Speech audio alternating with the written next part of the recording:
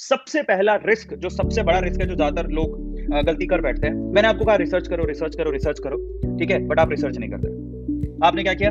हाँ, अरविंद सर ने बोला ये शेयर बहुत अच्छा है, टिप दी है, फटाफट से बिना रिसर्च के आपने पैसा लगा दिया, वो एक रिस्क है। आपने रिस्क उठाया, आपने गलती की कि आपने अपना रिसर्च नहीं किया। समझ में आ रहा है? मेरे रिकमेंडेशन पे आपने रिस्क उठा दिया, वो है रिस्क। तो आप सबसे पहली गांठ बांध लो कि मैं किसी की टिप देने पर भी पैसा नहीं लगाऊंगा। अगर कोई मुझे बोलता है कि शेयर अच्छा है, तो मैं पहले अपनी रिसर्च करूंगा। समझ में आ रहा है? अच्छी तरह से रिसर्च करने के बाद ही मैं पैसा लगाऊंगा। सबसे पहली चीज, ये सबसे बड़ा रिस्क होता है, जो कि कंट्रोलेबल है, किसी कहने पर मैं पैसा नहीं लगाऊंगा। दूसरा क्या है?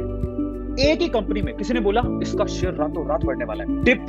पहला तो मैं टिप पे विश्वास करके पैसा लगा रहा हूं। दूसरा, मैंने अपना सारा पैसा एक ही कंपनी में लगा दिया। ये भी एक बहुत बड़ा रिस्क है। बहुत सारे लोग सिर्फ इसलिए अपना पैसा गवा देते हैं क्योंकि एक ही कंपनी में वो इन्वेस्ट करके रखते हैं। एक पोर्टफोलियो नाम की चीज होती है, आपको नहीं पता होगा।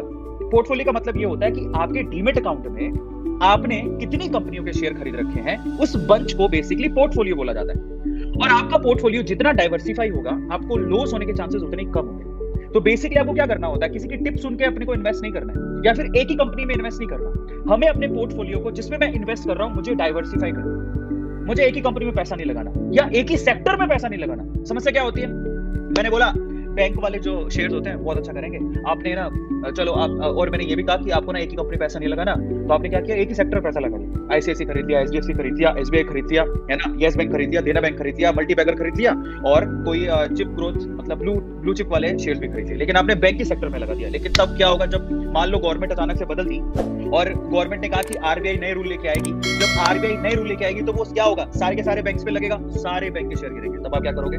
इसका मतलब क्या हुआ? ऐसा नहीं कि सिर्फ एक ही कंपनी में पैसा लगाना रिस्की है, वो कभी नहीं करना। एक ही सेक्टर में भी पैसा लगाना रिस्की है।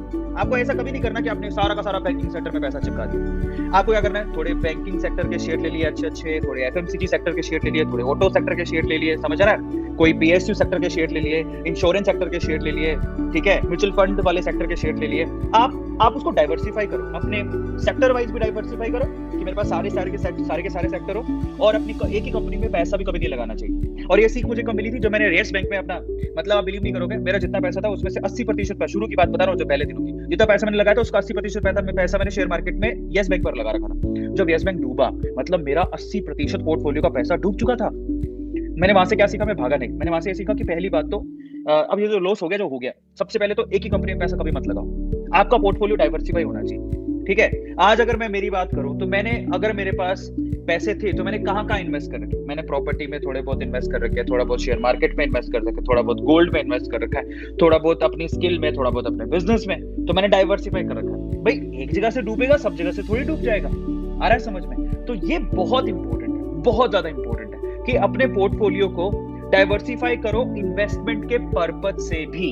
Is this clear? और ध्यान रखो, 10% मिनिमम, मैक्सिमम 20%। अगर 100 रुपया कमा रहे हो तो 20 रुपए से ज्यादा मत लगाओ शेयर मार्केट के अंदर। जरा समझो, अगर ये समझ में आता है तो आपको रिस्क वैसे ही कम हो गया ना अपने आप ही।